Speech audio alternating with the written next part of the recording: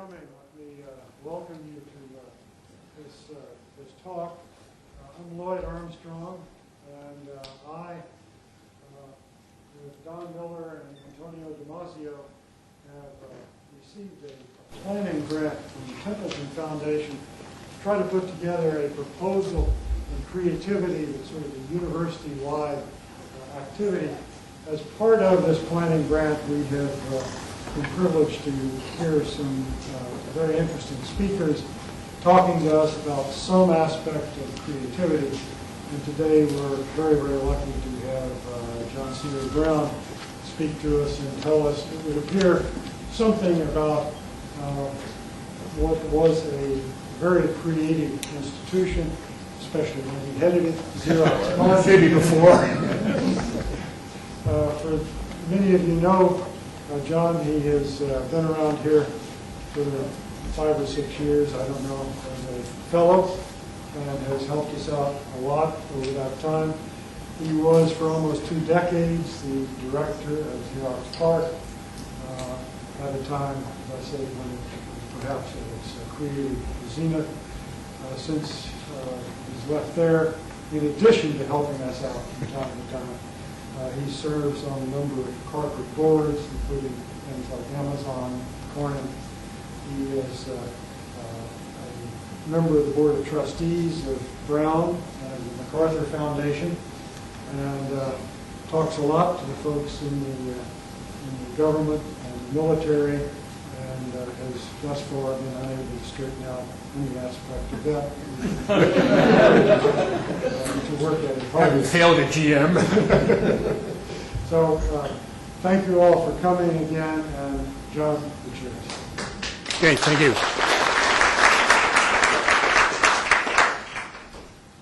So I want to say a bunch of things today. This is not a formal talk. This is meant to be more a set of idea sparkers, evocative images, and maybe a suggestion of a set of metaphors that I actually used to kind of drive a lot of our thinking at Xerox PARC. And just to keep you here to the end, I would tell you the last slide has to do with fumbling the future and why we gave it to Apple, or did we really, and what's the back story. But you don't get that till the last slide. So, but let me first of all set the context, because PARC was is still, but kind of a wonderful place, well financed. So I'll go into some of the financials. But it all got started, of course, by Xerox, that itself came about through an accident. And the accident was that the patents of haloid and xerography were actually shopped around. And one of the places they were shopped was IBM. And IBM was offered the right to buy complete total use of all the patents underlying xerography. And they called in a brilliant marketing firm called Arthur D. Little that did a brilliant market analysis and came out with the interesting insight that there may be 5,000 or so copiers that would ever be sold. And not surprising, IBM therefore turned it down, and that was the beginning of Xerox. Interesting question, how could they mess up so much? And there's an interesting answer to that question. Because in fact, what really happened is that the copier was seeing Xerox copier as a replacement for the mimeograph machine. And with a mimeograph machine, or the other variants of the mimeograph machine, guess what? You only make copies of originals. And if you think the purpose of the copier is to make copies of the originals, then there's really not that much need for very fast copiers. But if you realize that the real essence of a copier is to make copies of copies. So I go to a meeting, I pick up copies of the slides, I go home, I annotate them, I pass them out to my team, and so on and so forth. It's the copies of copies. And if you understand recursion, of course, it doesn't stop there. It's the copies of copies of copies, and copies and copies and copies of copies. It is truly an exponential process. Because Arthur D. Little did not see the network effect of making copies, basically they created their fundamentally flawed analysis, and that is the history of how Xerox got started. But it's a little bit more complicated than that, because in fact, Xerox actually came into being because of a very creative combination of not only a brilliant and kind of pathological technological innovation, but also a marketing innovation. That's to say that here you have a little cheap mimeograph machine, and we roll in the 914 copier. I got one of them. I mean, I did when I was a kid. And this machine cost $20,000, $30,000, $40,000, depending on what options you bought. Well, guess what? It's very hard to justify buying a $40,000 machine if you actually don't begin to know the practices, the work practices that are engaged in reaching the true value of this machine. Because if you just view it as making originals, and you haven't yet understood the new communication practices and institutions that happen from making copies of copies of copies, i.e. new work practices, new communication practices, then you don't see the real value of this. So here's a sucker expensive machine to replace a cheap machine. How the hell are you going to get away with that? Xerox's answer is simple: give it away. We'll just charge for the clicks.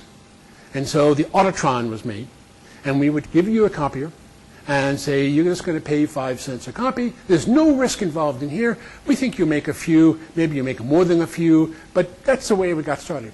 And so it was actually the creative coupling of a brilliant marketing idea, how to accelerate the change of a social practice, with the technological innovation that actually made this a fantastic commercial success. And a success it was, although we don't think much about Microsoft these days. Nevertheless, the history of Xerox actually, both the market cap and the revenue growth of Xerox outperformed Microsoft in constant dollars with when you kind of realign the timescales. So that's kind of the beginning that led to the creation of Xerox PARC in 1970. And I'm going to call this era the art of seeing it differently. And what was the purpose? Actually, the purpose of PARC was very vague. They had this idea back at corporate headquarters. What does it mean to kind of become the architects of information? Actually, to this day, no one at Xerox can tell you what that means. And that it turned out to be a tremendous boon for us, because they said, here's your job, but you got to figure out what it means.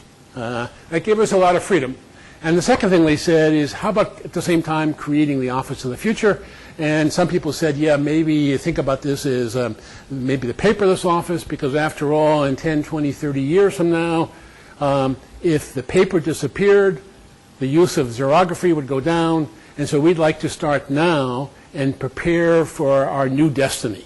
So it was actually an extraordinarily visionary move. And in fact, the first 10 years of PARC, that's the famous Alto I'll come back to in a moment, the first personal computer that Steve Jobs saw and went bananas on. By the way, so did I, but I'll come back to that. And these are just some of the first things that the kids at PARC did. I joined them in '76, gave up my job at BBN in '78 and moved full-time to PARC and then. But these are the kinds of things under development in the early days. Ethernet distributed computing, done in a very serious way. Smalltalk object-oriented programming with Alan Kay. Bitmap displays. Windows, by the way, we did Word, and then Simone left PARC and took it to Microsoft. He did such a beautiful copy that when I took Microsoft Word home to my girlfriend, now wife, Susan, I didn't bother to bring home a manual. I said, Susan, you don't know how to use this because you've been using Bravo X all the time. And she was right. She said, I don't see any difference. Icons, photos, WYSIWYG, what you see is what you get, blah, blah, blah. So that was kind of the initial years. It turned out to be something else done that was the first step toward guaranteeing that we would have funding virtually forever. By forever in those days meant 30 or 40 years. And that was, we also at that same time invented laser printing. And this is an example of a high-speed laser printer. And in fact, this really did build the foundation of the company. When I left, we were making maybe about 14 or 15 billion dollars of the 20 billion dollars from products that came out of PARC. So they kind of liked us, although they didn't like the way we dressed. I didn't get shoes till I left, and so on and so forth. So that was kind of got us kind of rolling. And then things marched on, and basically what you saw PARC doing in the 80s, 90s, inventing social computing, MOOs, Lambda Moo, ubiquitous computing, smart matter I'll come back to, collaborative filtering, digital rights management, which I still maybe regret having done, especially down here. The live board, tablet computing, which we licensed to Microsoft, which is the basis of their system. I myself and a whole bunch of us got much more engaged in MEMS, microelectrical mechanical systems, e-paper, and a bunch of spinouts. And in fact, people kind of ask, did PARC ever pay off? Well, let me just tell you, just that one spinout, SPL, we ended up selling for $41.5 billion, built by 10 kids. You don't know SPL, but they build the power lasers that power the backbones of the entire internet around the world. So these are the optic pipe pumps that make the backbone fibers actually fly. So things did kind of work out pretty well, although it could have worked out a lot better, which is what my last slide about Apple is about. Let me tell you a little bit about PARC. Unusual place. It really truly was a place of atoms to culture. Physicists, material scientists, electrical engineers, blah, blah, blah. Linguists, anthropologists, design. We actually had one computational philosopher, Brian Smith, who I think, Scott, you know. You could call him, of course, anything. And art. I'll come back to the design and art a little bit later. We pulled kids from all over the world, and we sampled most of the usual highfalutin universities, although I want to talk about how we hired people, which was really quite pathological when you come down to look at how universities do things. Our budget in those days was about $55 million, 325 people or so, including postdocs. And the curious thing is that we did actually get some defense funding, DARPA funding, but we never let it go above 15 or 20% because we never wanted to be held captive by DARPA. We wanted to call our own shots and just viewed this as icing on the cake so we could do what we really thought was important. And it turned out to completely redefine the relationship between us and them because they knew we weren't looking for money. Their problem was to get us to take on their problems. So it was a very nice situation to be in. And in fact, because Z's in the room and her gang, we really did think about how do you create real market value out of this thing. You might laugh at things we messed up doing, but a lot of it was looking at existing businesses. I'll come back to a little bit of that later, but we did a lot of stuff of kind of really transforming existing businesses, brand new businesses, Placeware, which is now, these things have all gone to Microsoft and been sold as companies, did a lot of work on intellectual property. But one of the kind of key, more subtle things we did was we actually created the new core competencies for the corporation. So we would incubate, we'd get some of the best folks around in the world to work with us, and then they would migrate into the corporation. So we were actually the renewal process for the competencies of the corporation. And something that nobody ever talks much about is that basically we did a lot to help kind of do mind share and mind shear. That's to say that we were the thorns in the side of the corporation, but we also created kind of exposure to the outside world what Xerox could mean. It's a bit ironic. You might think we spent most of our time dealing with the engineering division. In fact, I got to say that I spent most of my time both with marketing, PR, and strategy. So we became a major force in shaping the corporate strategy, and actually the final positioning of the company, of the document company, came out of work between the strategist and PARC. The curious thing about this is that a $20 billion company or so, PARC ran at 1/3 of 1% of the revenue of the corporation. This turned out to be a very important number. If there are any geneticists here, you know that basically you can talk about the amount of genetic variance in terms of how fast a species evolves, depending on how fast the world around it is evolving. And it turns out for a moderately stable world, 1/3 of 1% of the variance is actually an ideal parameter for optimizing adaptability in a species. I really said that our job as an ecology was to, in fact, enhance the adaptability of the company, full stop. That was an unusual way to look at us, but that was something I would constantly get away with saying. Let me come back to that in a second, but let me just say kind of what our core values, which are a little bit different than the university world, in the sense that we viewed ourselves as being very bold but very grounded. It's easy to think out of the box but not be grounded. It's easy to be very grounded but kind of boring. The game here, as you can see at the beginning, was how to be deeply interdisciplinary. How do you, in fact, honor the emergent? I'll come back to that in a second. And what's the kind of passion for impact? I'll come back to a little bit more of the hiring, but we kind of strove to hire people with deep intuitions, those who are passionate of impact. They were fundamentally risk takers. And the style of thinking was kind of an interesting pun. Radical, look at the Greek meaning of radical. I mean, the Greek meaning of radical means going to the root. And so what we thought of ourselves as going to the root, but being willing to think out of the box, break the frame when necessary. And this sense of Xerox was really pushing the quality movement, which had not that much to do with the way we thought about research. So we defined the quality movement as QTL to the fourth, link, listen, learn, and then lead. Not that anybody else ever accepted that. Maybe they shouldn't. I don't know. Key insights. In fact, because 1/3 of 1% is almost a round-off error to anybody except our CFO, we really didn't need any adult supervision. And that turns out to be a key fact.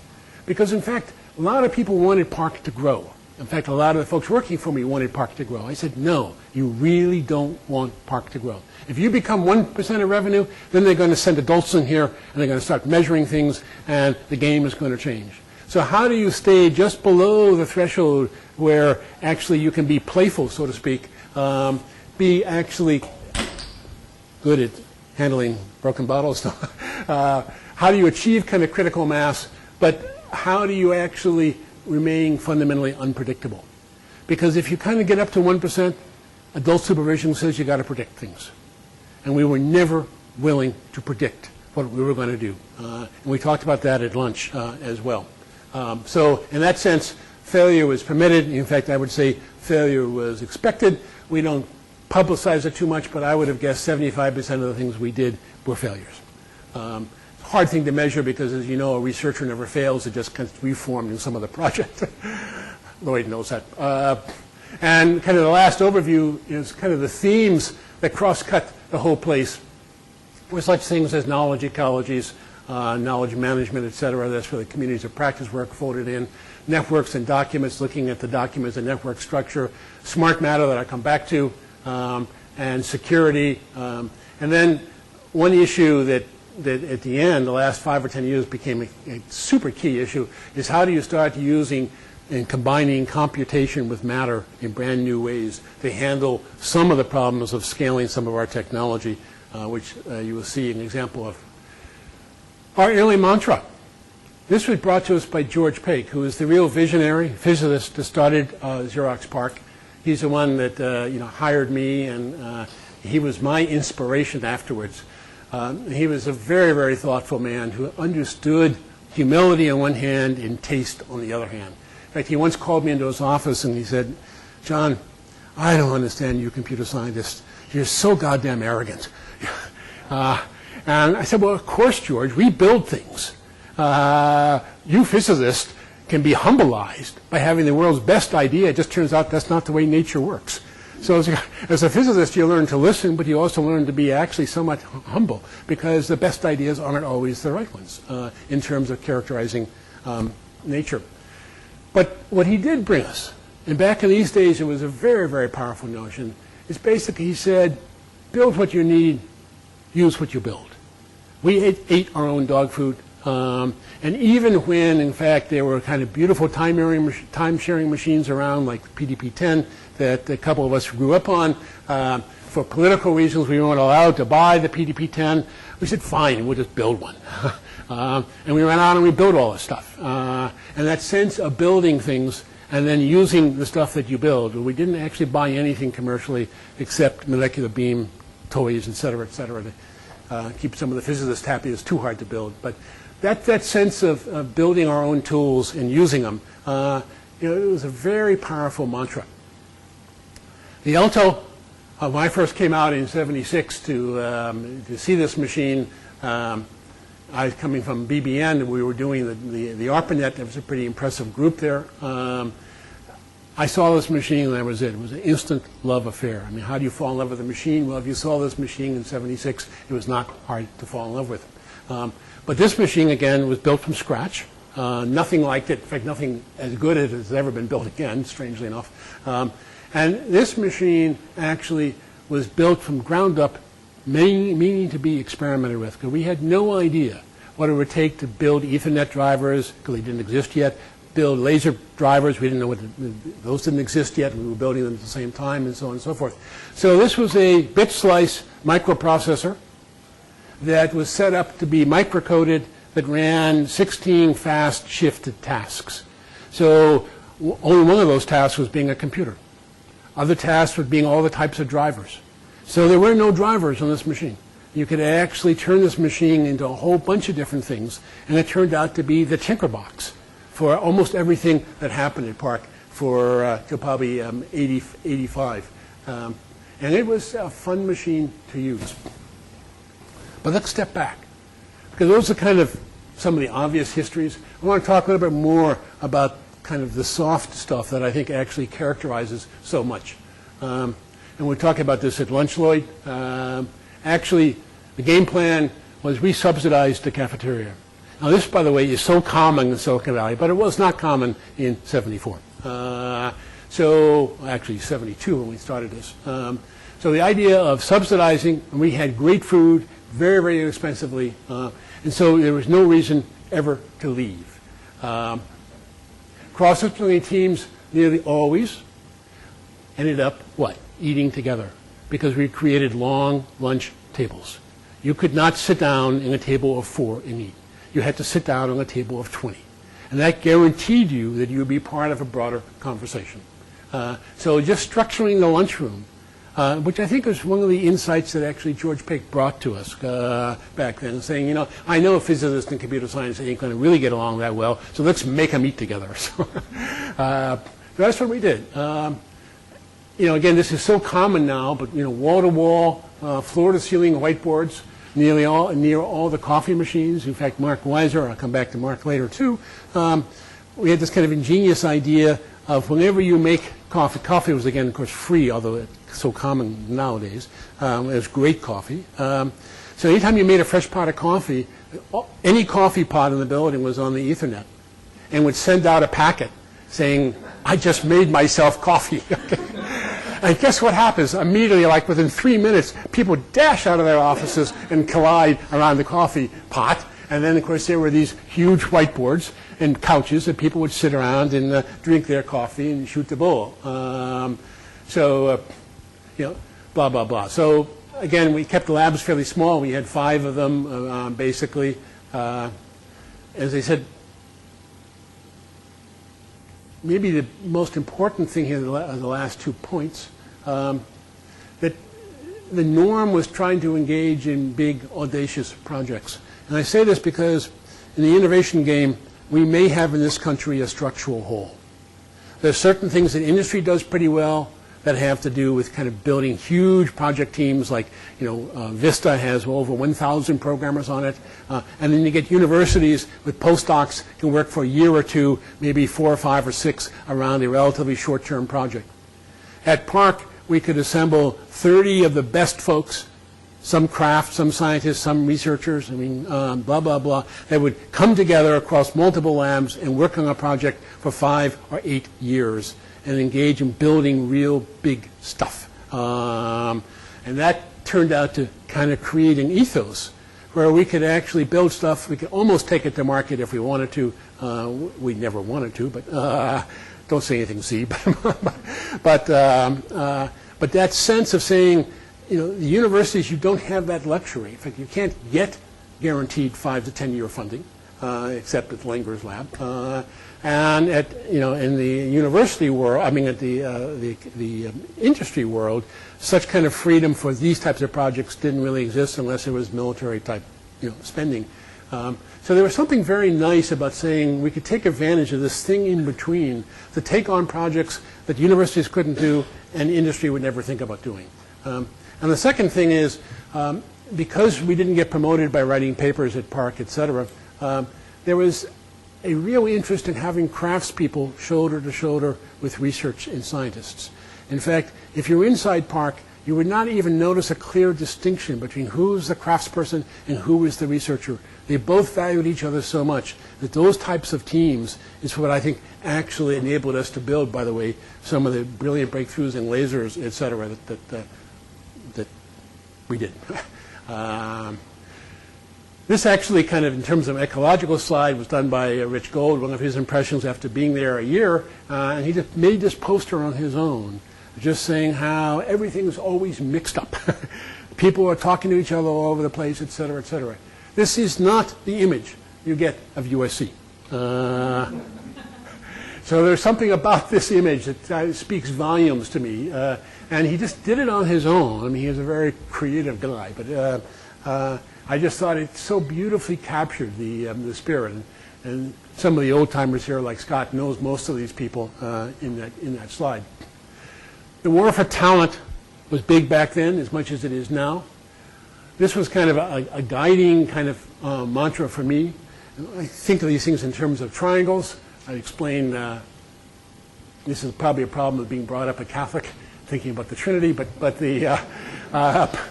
to me, kind of this whole, I mean, the power of intuition combined with imagination, with aspiration or inspiration, depending if you want 3 eyes, is a very powerful combination, especially if at the center is some notion of taste. Now, we don't have agreement on taste. I don't care if we have agreement on taste, but I want taste to be part of the conversation. And that sense of taste was so critical in guiding kind of like how we would move by combining these 3 things. Second part of the thing, and this is what I didn't say at lunch today, is I know I never did, and I don't believe anyone at PARC and anybody we hired ever looked at a transcript. How somebody did in high school, in college, in graduate school, just never concerned us. We got to see these people in internships. It was a question of what they showed during the summer internships in terms of their spirit, in terms of this kind of a triad, and what kind of taste, research taste they had, is where we made our decisions. And in fact, I can tell you some amazing stories of just not knowing. I mean, there's a actually fairly famous computer scientist who was going up for tenure at one of the August Eastern universities, and the provost called me in kind of a panic way. He said, "John, we want to talk about ... We can't seem to find any record of his ever going to graduate school." I said, "Don't talk to me. I have no idea if he went to graduate school. I hired this guy, actually. Never asked him." I said, "Well, that's okay. We expected that from you, but we can't find his college records." And I said, "Well, I didn't ask him about that either." He said, "Well, I was afraid you'd say that. But tell me, did you know he never graduated from high school?" And Scott, you know who this guy is, I think. But and he's one of the most published computer scientists around and doing some of the most innovative work. So that's the kind of thing that would actually happen moderately often. That's an extreme example, but that's the spirit of it. This also leads to the notion of a term that, as you can tell, has been with me for a long time, called edge designers. And I think of this in terms of, how do you actually combine the persona of the serious scientist, meaning deep domain knowledge, we talked about that at lunch, grounded, analytic, focused on the trenches, and doing moderately predictable work, not totally predictable, and now combining this with the artist, like Tom from MIT, Antonio, that you talked to, playful, grounded, artistic, constantly transcending boundaries, and constantly doing the unpredictable. And how do you actually think about the edge designer that actually walks on that critical edge between or combining these 2 different types of sensibilities? And in fact, I would claim, it's not the purpose of this talk, but this kind of thinking has a lot to do with how might you actually build a regional advantage we may talk about in Catalonia. So there's something about how do you bring these 2 different sets of sensibilities together. And this leads to kind of a chart that's been with me forever.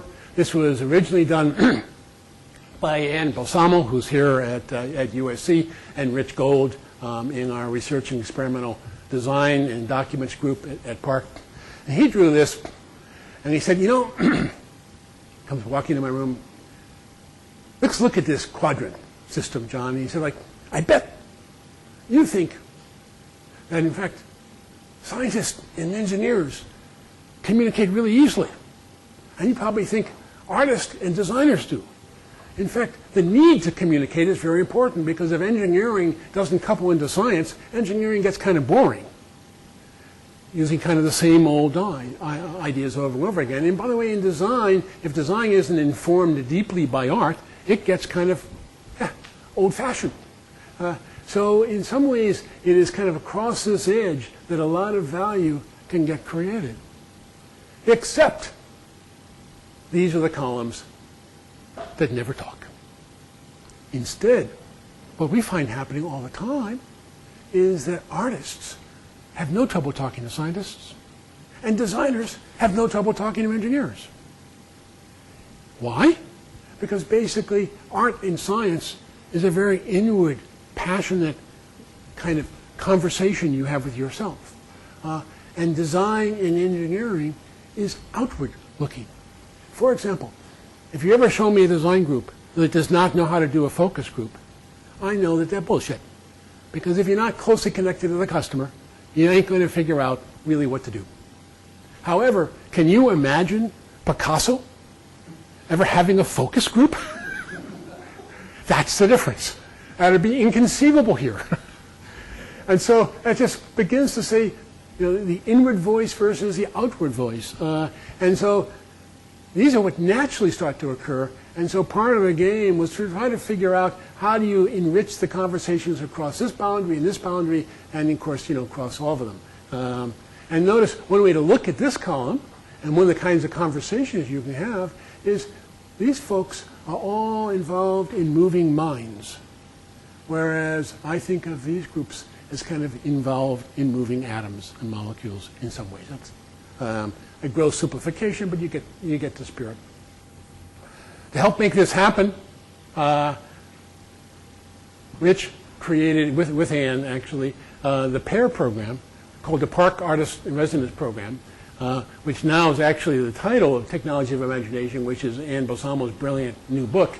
And the idea here was to find a way to pair artists and scientists one-on-one using technology as a common language. And the idea was actually fairly simple. And there are a lot of rich protocols of how to make this thing actually work, because artists and scientists can be hard to work with. But the catch was to notice that avant-garde artists are ones who are always on the edge breaking frame. And so if you actually get avant-garde artists working with scientists, you get the spirit of how do you break frame. And this turned out to be an extremely productive kind of operation, which we kept running for, 5 or 8 years. But there's a whole book out on this at MIT called, Scott, do you remember Art of Innovation? I forget, but we can get it for you later. Just a simple example of kind of the spontaneity that happens in the emergence. This is a short story. Ramana Rao, pretty damn good computer scientist from MIT, was looking at the problem of how to build a new class of browsers that would actually kind of understand the infinite space of information out there as you search the web. Because the graphic user interface worked pretty well for a confined space, but the web is an infinite space. How do you actually think about what would be the equivalent to the GUI mapped onto an infinite space? And he happened to have this Escher diagram, Escher button up on his wall.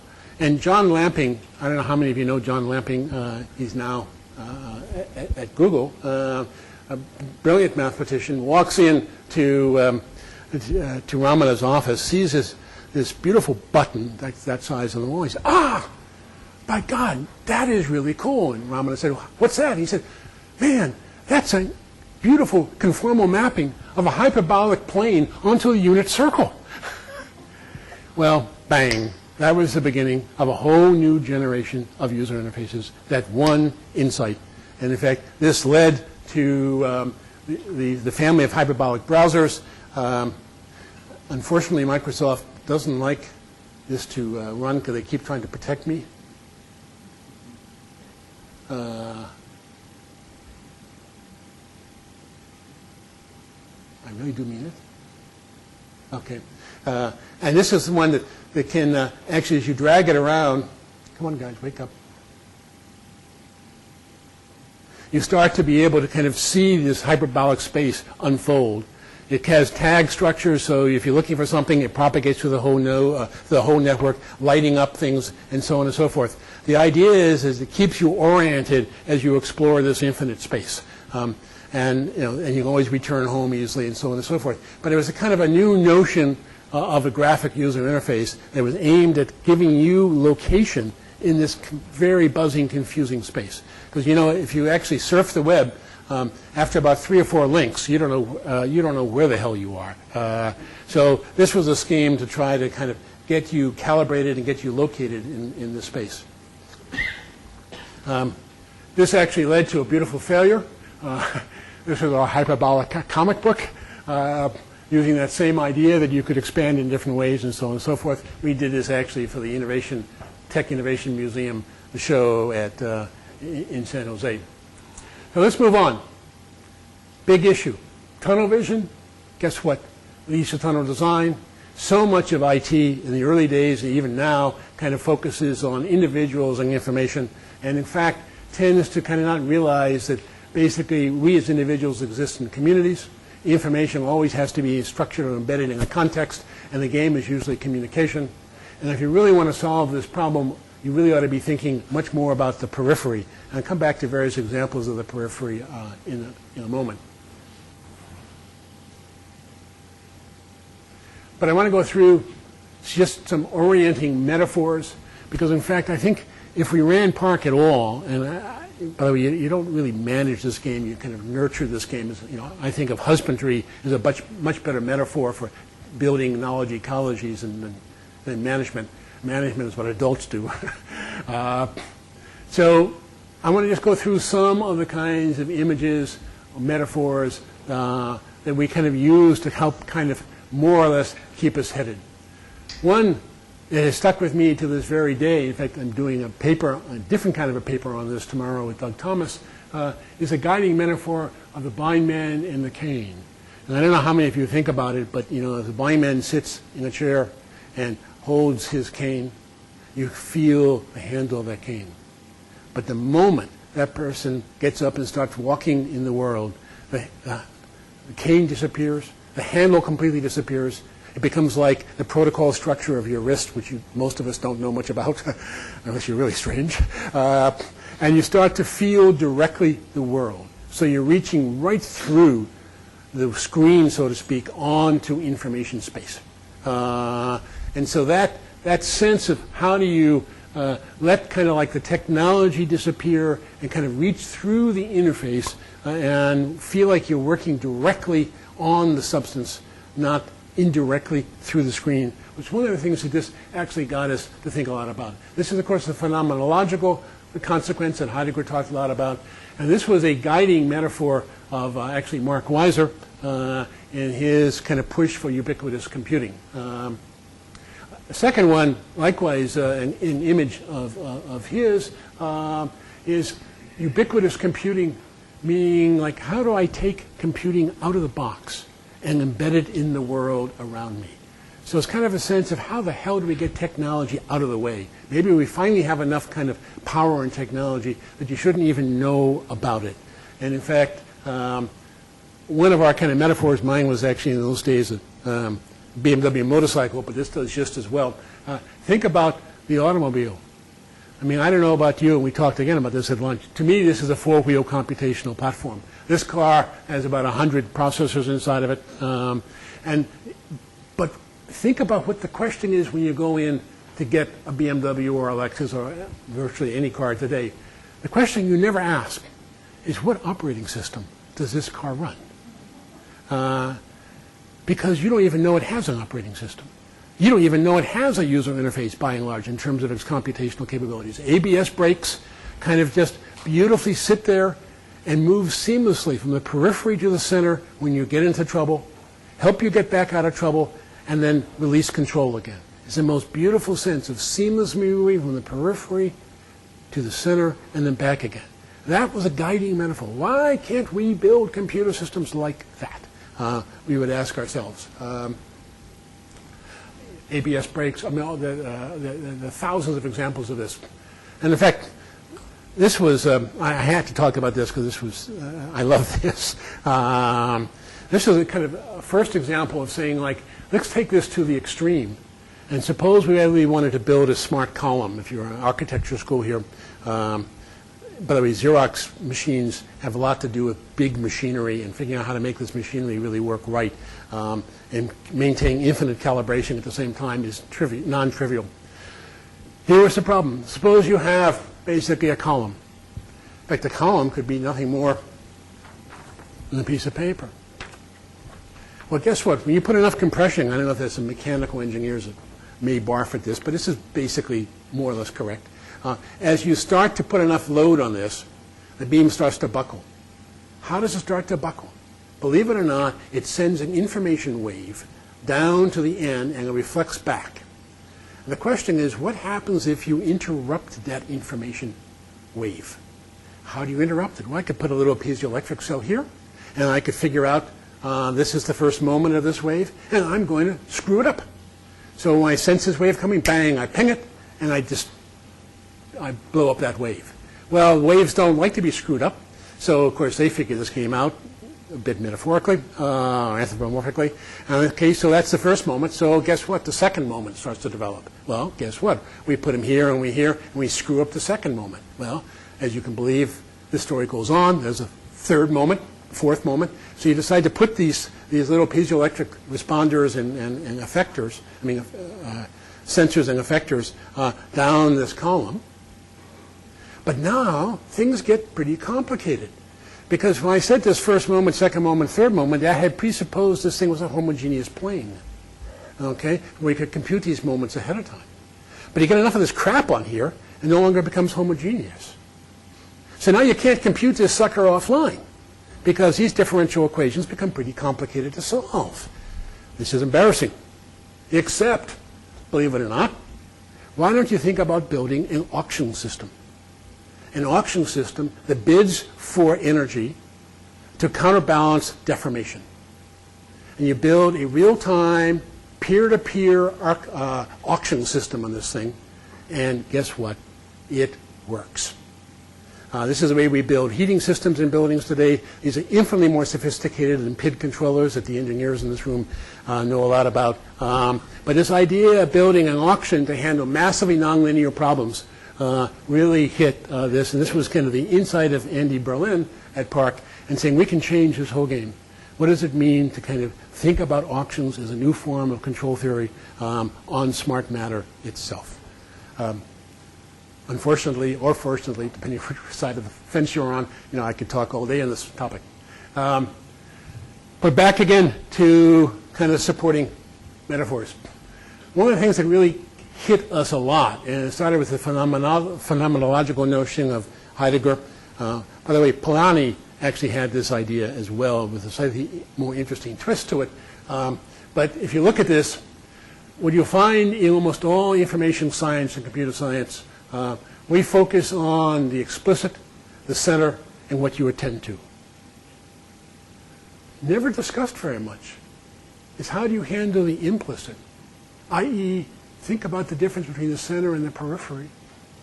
And by the way, there are no peripheries in most user interface screens that you've ever seen, except the hyperbolic browser type ideas. And what about being attuned to something without having to attend to it? Maybe we should start taking more seriously the subconscious, and don't say too much, Antonio. I'll use this word loosely in his presence.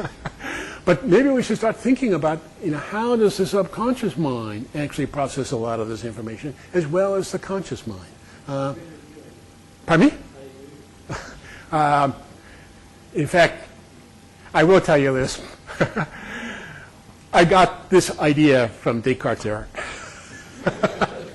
I actually have a slide of that, but I didn't dare show it. And so here are two examples. This is done by a beautiful, brilliant artist named Natalie.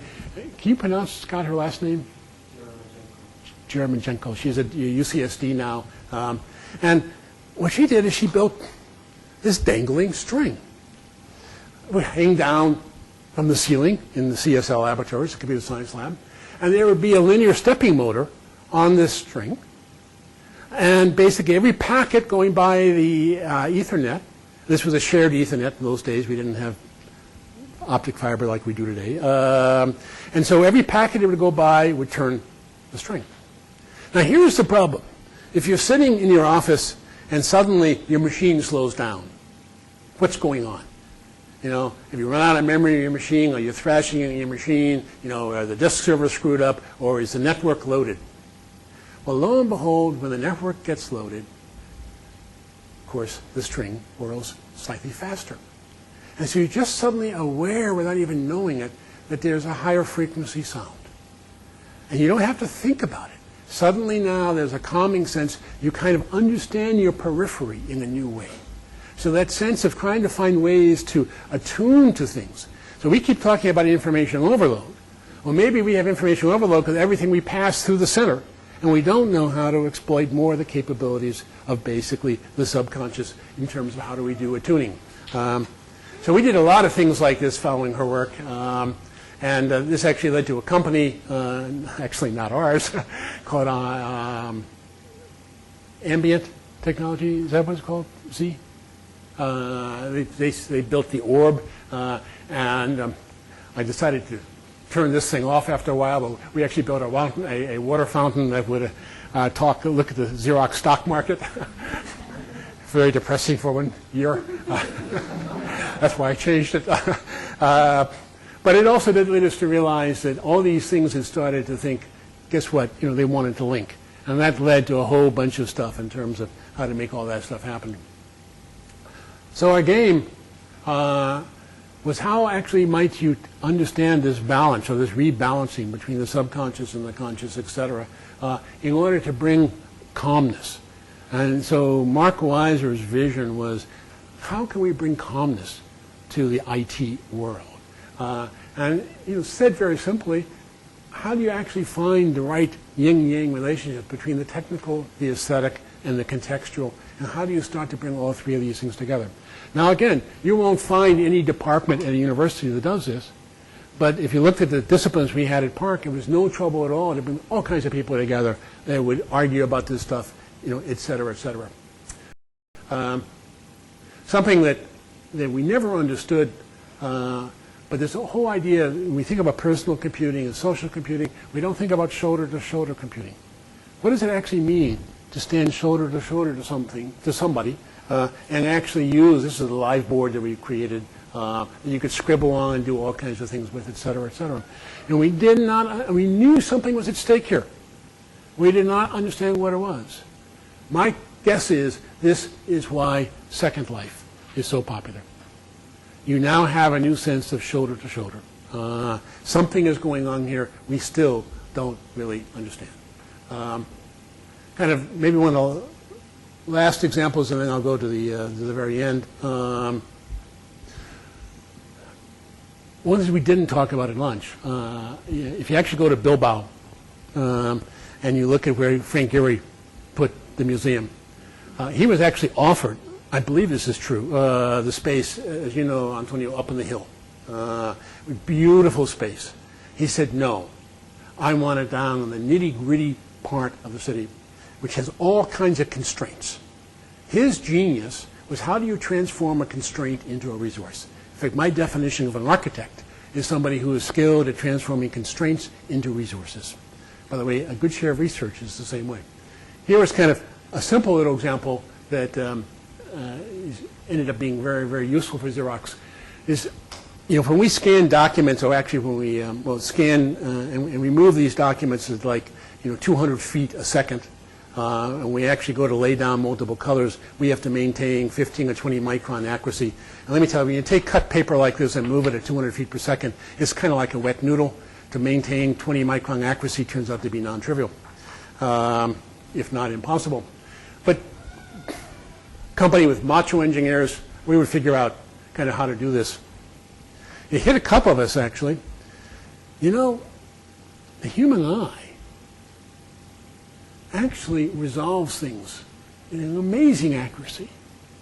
In fact, it resolves things more fine than the diameter of any rod or cone on the retina.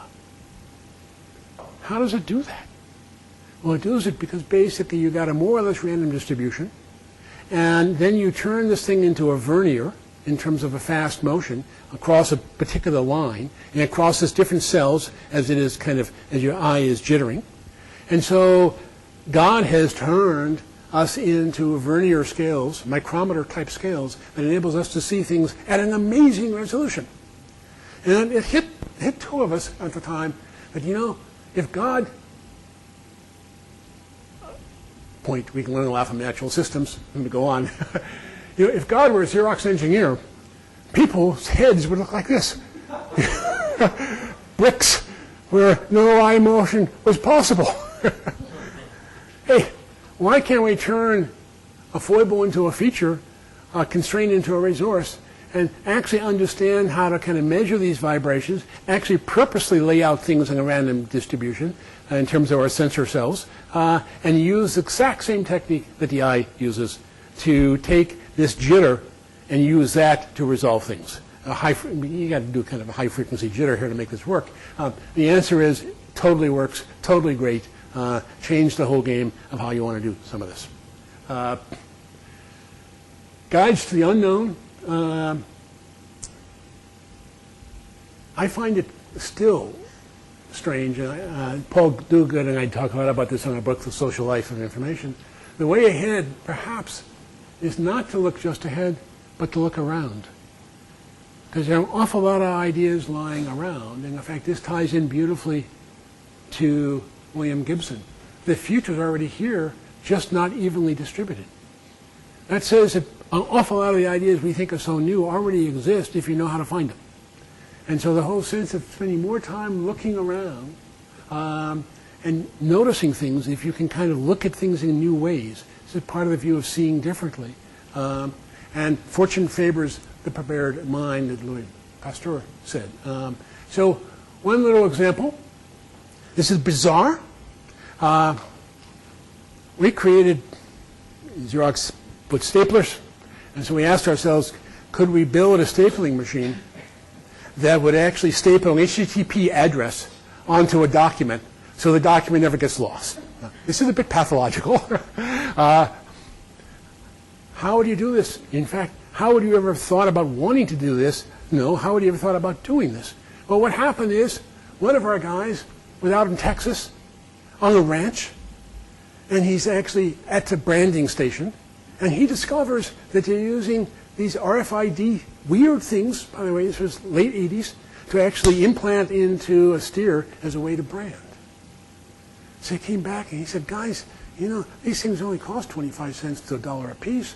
And, you know, they're kind of interesting because they use no energy. They use no energy because, of course, it's kind of you know, an LC coil that picks up the energy from the device sensing it, blah, blah, blah.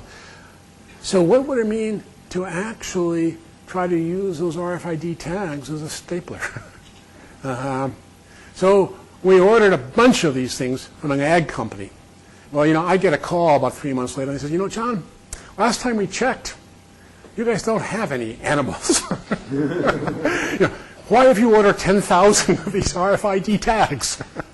Well, this is kind of a major experiment. And it was the beginning, actually, of thinking about RFID tags as a serious information carrier, as opposed to steers, branding steers. It all came from this guy noticing on the ranch. It's very interesting. Maybe I can look at this differently. Maybe we can use it differently, and that led to this. And you know, I don't know if this led to the whole unfolding of the industry of RFID tags, but this was surely a part of it. We actually had it on posters as well, blah, blah, blah. So let me end by saying keys to innovation. There are a few quotes that have always struck me. Schopenhauer, thus, the task is not so much to see what no one yet has seen, but to think what no one yet has thought about, which everybody sees. Very deep, I think, getting back to Gibson, getting back to looking around in new ways, and so on and so forth. From John Maynard Keynes, the real difficulty in changing any enterprise lies not in developing new ideas, but in escaping from the old ones And Paul, you know kind of what that's all about. And then finally, wisdom can stultify innovation. The more experience you have, the more you know why something can't be done. And just think how true that is. So the story, for those of you that have bared this long, 1980, 1981, 1982. First of all, you got to remember the setting. Two interesting settings. Setting one is that there's a hobbyist computer gang on the West Coast. What characterizes this gang, and Steve Jobs would be one, is ponytails, no shoes, cool kids. Now, if you're back east, Stamford, Connecticut, you have your three-piece suits in those days, and it was very hard to take these barefoot wonders on the West Coast very seriously because they were engaged in hobbyist computing. That's what it was called in those days. So that's observation one. Observation two is that in 1982, 1983, because of the decree dissent against Xerox's monopoly on certain things, the courts had caused 6 years earlier for Xerox to open up their patents to Japan. In 1982, Japan Inc. finally got their act together, came into this country, and in a small number of years built copiers that were in fact killing Xerox. In fact, we went from about a 75, 80% market share to a 30% market share, which is, by the way, very depressing. Some say that's going out of business type curve. Okay? So now you can imagine when we say, hey, we got these hobbyist computer guys who didn't know how to tie a tie, you know, why don't you invest all kinds of things in them? And PARC is a place that kind of seems to resonate well with them, and they seem to be half PARC anyway. You know, while we're going out of business. So an interesting thing happened. Two interesting things happened. First thing that happened is Xerox said, you know, who knows? This hobbyist thing might work out, but it is so countercultural to Xerox that we know we ain't going to do it. So Xerox went out and bought a chunk of Apple. So we owned a chunk of Apple when Steve Jobs came into PARC. So the game was to say, countercultural, we in that culture, let Steve come in. Okay? Second side of that, and this was the genius and leadership of George Pake. He came to a bunch of us and he said, you know, we're going out of business. Can you guys figure out how to take every single idea that you've been working on for the last 12 years and reinvent xerography and save the company? And the answer is, it turned out to be yes. And so we took, for example, in the 1590 copier that came out a few years later, we had 3 levels of Ethernet, 30 microprocessors distributed across this thing, completely recalibrating the machine, you know, basically every 30 seconds or so. And so we had turned that light lens copier into an organic entity that was constantly recalibrating itself. Built a brand new user interface, all bitmap displayed. In fact, it's probably still a better bitmap user interface than you've ever seen. And we stopped Canon dead in the tracks and completely rebuilt our market share. And that was guaranteed that PARC would be funded basically forever. So that was a good story. And George was very happy, as you can imagine. And some of us were too, because it was kind of fun if you come from a tinkering culture. So that really worked out. The Apple thing was pure brilliant, because you really do have a cultural clash problem. But something went wrong. What went wrong was that the CFO decided to sell all our shares of Apple about 2 years after we bought it. So it was before the Mac really took off, but it was after the transfer had happened. So it turns out that that's not a very sexy story. And you'd be surprised how the press has no interest in picking it up. It's not too surprising that Xerox doesn't broadcast the CFO story. I do that. But But that's kind of the backstory of what was really kind of going on. And it gives you some sense of how important it is to be situated in that moment in time. Because now you look back at it, and you think, by God, what a fantastic fumble. Well, it turns out that by rebuilding the copier business, I think it is still more profitable than Steve Jobs' Apple. So, I mean, if you know how to do printing today, especially high-speed printing, you print your own money. I mean, it's an incredible business. Surprisingly hard, but that's a technical topic. So Xerox decided to make its bet going down here, and then buy an option, but then sell the option, exit the option way too soon. Now, the fact is we should have been able to be an ambidextrous organization and build two different cultures at the same time, and really taken that as a chance to kind of really reinvent how do you build an opportunity to transform the core culture from the edge type of things that these hobbyist markets were actually doing. But that gives you a little bit more of the texture behind the scenes. And what I find so curious is that that is not a story that main media wants to hear. They still love to believe that there was a terrible, terrible mistake letting Steve Jobs in. And in fact, there was a brilliant move to let Steve in. It was a terrible mistake to sell our share of Apple 2 years or whatever it was, after we did the deal. So in that sense, it's true. Now, but the one thing I will say is that we had almost every imaginable corporate officer out to see this technology, and Steve was the only one that saw the potential. Everybody else called it a hobby, but so they would kind of put it down. But Steve said, "This is a wow. I know how to take this to market," and of course he did.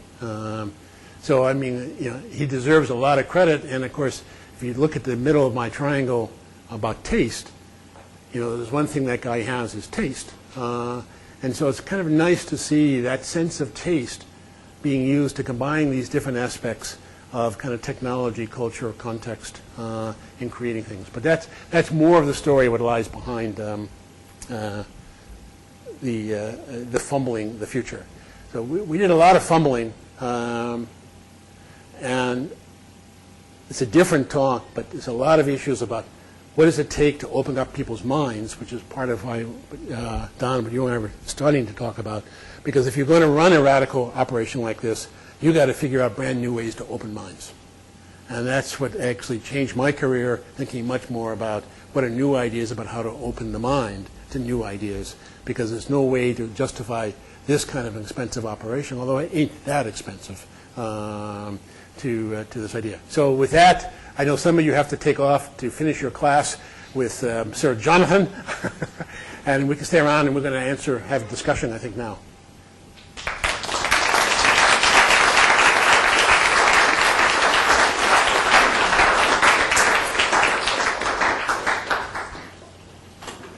We do have time for questions, and I'll let you be in trouble. Hi, trouble. John, you said that maybe about 75% of what you guys tried was failures, but one of the things I'm thinking about, from assessing the IML, that there were a lot of programs we started that didn't necessarily finish, but how can we reconceptualize that notion of failure so we really can take all those lessons and relearn them? I mean, I imagine there were a lot of things that you abandoned that maybe later you went back to and they seemed like pretty good ideas, so they were reconceptualized. Well, I mean, part of what makes an ecology, by the way, robust is you learn through death. Because the thing that dies become nutrients for the next generation. That happens to be one of the secrets to Silicon Valley. You have a quick death. And the companies that die seriously become the nutrients of the next generation of companies. And in fact, I feel much safer hiring a CEO that's had a failure, learned from it, showed the maturity of how to come through, and then is willing to kind of be able to step forward. So at a regional level, it's a very easy issue. Paul knows that we've been looking at kind of a way to use what you call compound view options theory in portfolios to say how do you do exit conditions at the right time, so that you find ways to monetize the exit at the same time, and then how do you actually bring how do you kind of seduce people onto projects? You let them go to projects they find more exciting. So, I've just come back from Google, actually doing a comparison between Google and a little company called Yahoo down the street from it. And it's just stunning, the difference in the culture. Because in the Google culture, you're allowed to poach. And it's very much like what happens in the gaming disposition, or questing disposition in World of Warcraft. So if I can seduce you to leave your project because I'm going to do something more exciting, you are allowed to do that in the Google culture. Well, PARC would run more like that. Now, because we didn't have adult supervision, we had very few predictables. And in fact, very much like, in fact, Bob's lab at MIT, we literally would put in at times. Things got tighter later on, so it's not always this great. But and we'd put in that, I would guarantee you one strategic surprise a year. They would, please tell me what it is. I said, I have no idea. I said, come on, no, you don't understand. I really have no idea. But I'll guarantee you we'll have one. And then, the whole place would say, well, guys, maybe 3/4 of the way through, what's our best chance to do a wow-wow? That was the term I used to call these things. We got to create wow-wows. And then people get really animated about what is our strategic surprise. And, at the top level, corporate level, I mean, they think big thoughts, Give them one idea. It doesn't work for the CFO, but so I mean, that was the spirit of saying, like, capture their attention and hold it on one idea, big idea, and try to keep them out of your knickers, because if they look too closely, they're going to be pretty disturbed, because you're doing things that are not considered responsible under normal forms of management, and that was our game. But as I said, we got away with it because we weren't that expensive relative to the. By the way, it's key to recognize that PARC was only one of 5 research centers. So the other ones were more predictable. So we were actually given the freedom to be out on the West Coast and be rad kids, is how Paul Ayer would call us, the old CEO. But I mean, and so, they had people they had to be able to predict even at the new technology level. So we were really given the freedom to be none. And, DARPA used to run that way, but, well, that's another story. We'll go down there now. Yeah. Yeah. How did you select and fund these projects? Can you give us some idea what the process? Sure. Basically, the lab managers and I would get together and kind of figure out our strategic intent. We really wanted to crack this smart matter stuff. And we kind of knew a bunch of reasons why. We didn't know how it was going to turn out. So we had some very long-term big ideas, number one. Two, at that point, the labs would kind of embrace them. They usually came up from the labs, but then we would kind of combine them and shape them at the lab manager level. But what we introduced is that in order to actually generate much more cross-fertilization between the different disciplines and the different labs, is that if you run a project for like a year, you had to undergo review, but the people doing the review were from other labs in the building. So we really wanted to say you had to stand up to your peers, but you had to stand up to them outside of your own turf, still in the same building, and be able to justify why you think this project is more important than that project. So that was kind of the second order parameter here. As time went on, we did use slightly more sophisticated management techniques because we had products coming out that depended on some ideas that we had done 5 years ago. We had to put people behind, so we had to kind of cover that kind of stuff. But by and large, it was we did a lot of kind of spontaneous firefighting that often would justify our value just in being able to parachute into a situation and fix it when nobody else could fix it. So there was a lot of that kind of thing that also was going on to justify why having these kids that were this good really paid off. So that's kind of the spirit of it. I could go through a lot more. We rebuilding innovation funnel and you know, took them through the various stages and did real options theory analysis on this stuff. You know, so we had a lot of very sophisticated tools, but qualitatively, this is how we thought about it. Yeah. John, could you situate Xerox PARC by analogy in the culture of the university? I mean, it sounds as though the university is like Stanford, Connecticut in this story. Well, you know, I think the catch is, as I call it, kind of structural holes. And the point is that the university is great at doing some things. It could be greater, it could be better. You know, PARC, SRI are filling another space. We all could be better. And R&D and major corporations are filling another part of that. So you got to look at this in terms of you know, social network theory, of the structural holes around different ways to run operations. You know, I personally think, and that's why I first started talking to Lloyd, is that you know, the key is always going to be on the edge between disciplines.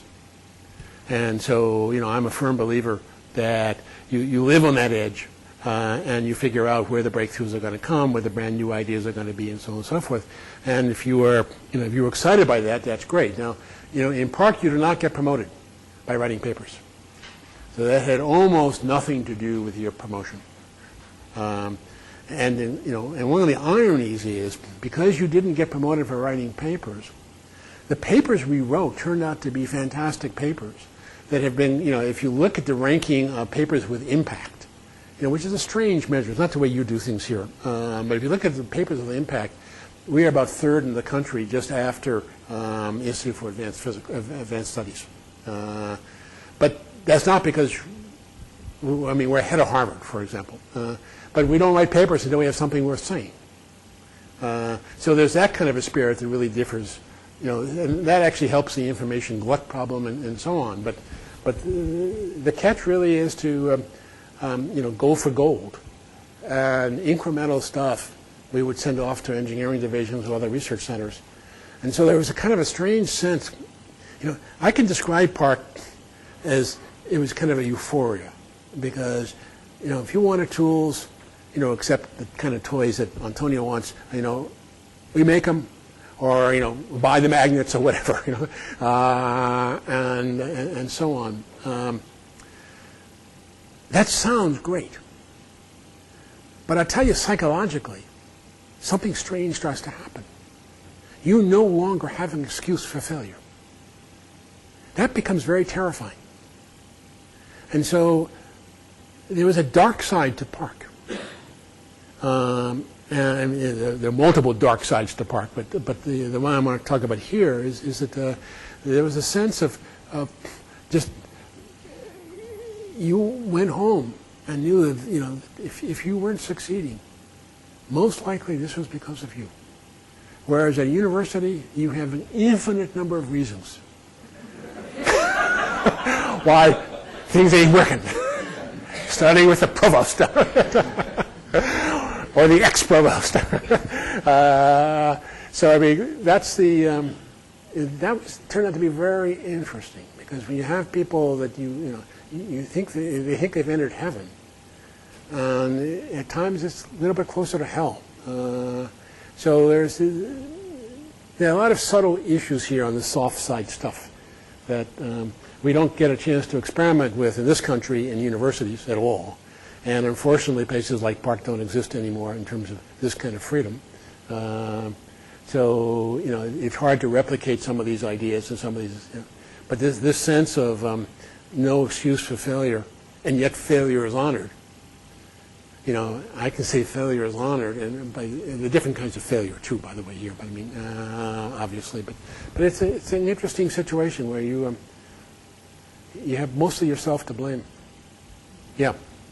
How do you evaluate our national funding system for research? National funding system for research in the scale of fostering innovation. Ask it again. The system of funding that we have in place at the national level. Oh, broken. So what would be the in what ways, and Well, by the way, that's a long story and controversial story. I mean, some of the ideas I have are not popular. But, we may have the tragedy of the commons. We may be turning out actually too many, if every graduate student is being trained to feel that their job is to be a replicant of their professor, you got that exponential process, which means no matter how much funding you have, you're going to run out of funding. And that means that then you start to operate in very suboptimal zones. So you got to kind of think about this, number one. Two, although the university system has gotten better, at Stanford for a tremendous number of years, if a graduate student let it be known that she or he was thinking of coming to work at PARC, even in the summertime, that person could be ostracized by the department because you ain't going on to be a replicant of me. And as a result, you're sold out. And so there's a whole sense of that. And I don't think we actually, was till very recently was a trustee at Brown University. I tried to argue there that one of our jobs is to produce kids that could go into places like Brookings Institute. Could look at big problems in big ways with multiple points of view, ... Well, even that turns out to be selling out. And so I think that, I think what the kinds of talent we need in the 21st century are actually different than what took us through the 20th century. And I think, I think answering the innovation question, we have to step back and ask a bigger question first. Yep. It seems like one of the critical success factors at PARC was co-location. Nowadays, there seems to be a lot of creative people in different places that you'd like to bring together virtually. Do you see any way of making something like PARC work in a distributed situation? Well, the tools today for virtual work are getting to be damn good. In some ways, we're not that far from saying better than being there, assuming you know each other to begin with. So, if you frame it replacing X with Y, virtual with physical, that's probably the wrong way to look at it. Interesting question is, how does the virtual augment the physical? Or how does the physical augment the virtual, depending on how you want to start out. But so you got to look at an augmentation structure, and I think that that's that's very critical. And if you do it that way, I think that there are a lot of things that you can actually do today. That we experimented, and Scott knows, for starting in 1980 with all kinds of ideas of remote collaborative work. We had laboratories in Cambridge, England, and laboratories in Portland, Oregon, and so on and so forth. One of the unusual things we did actually was put a 724 line in, and all we did is hook up the coffee pot rooms. So that you can, because basically, the formal meetings, maybe they're important, maybe they aren't, maybe we should just not have any, but if you could actually figure out how to drink tea or coffee with somebody, because at that moment they're open. And so if you really believe in the social life of innovation, which, believe it or not, I do, then you want to start building ways to support the social life. And there are various ways of being able to do that. Yeah. Yeah. Have you found any cultural either advantages or disadvantages with regard to developing innovation in organizations? Is there some cultures more predisposed one way or the other? But what do you mean by culture? Well, there's a lot of talk about the fact that some of the Asian countries are good at copying but not developing, and now that may be changing, that they may be more entrepreneurial oriented. Yeah. 4 out of my 5 direct reports were not Americans. At least did not come from this country. Some of them, naturalized. But they came from all over the world, not just Asia. And I think the cultural problem, the cultural issues are very, very tricky. I think that I've been going for Singapore for 20 years, and I can tell you how much that game is changing now. And I was just stunned driving down to Yahoo 3 days ago, and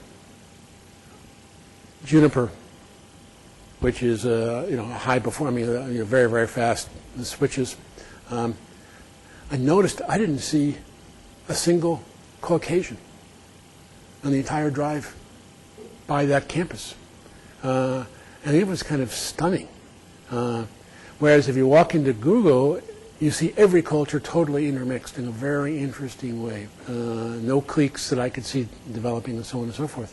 You know, if you actually think about, I don't know if you've looked at this, but my vague impression of USC, for example, versus UCLA. USC, you don't find cliques, cultural cliques. UCLA, you find them all over the place. You find they move in cliques, cultural cliques.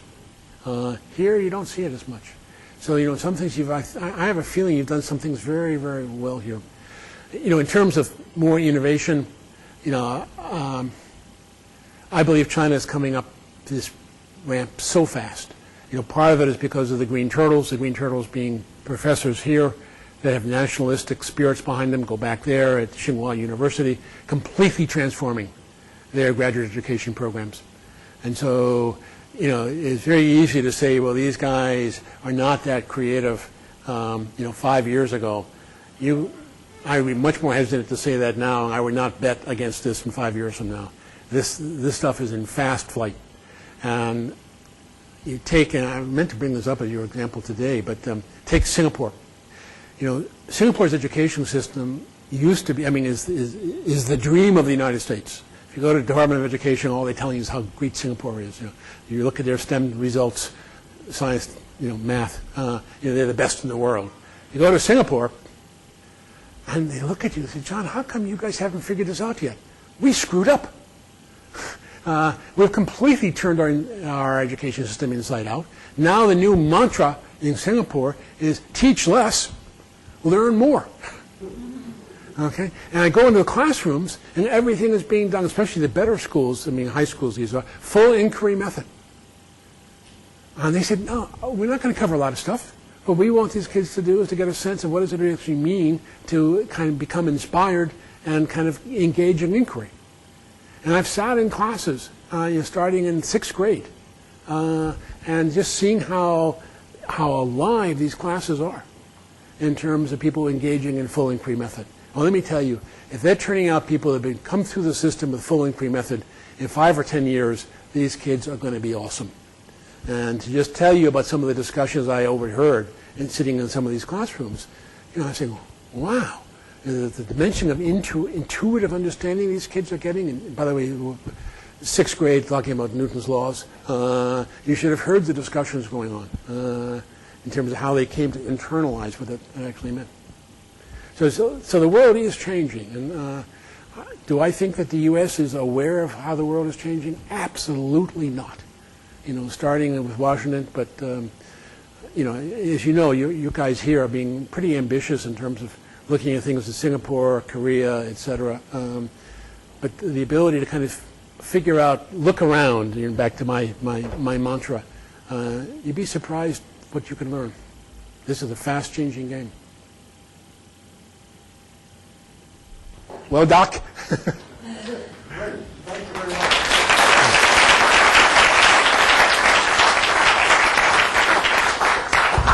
Thank you all for joining us.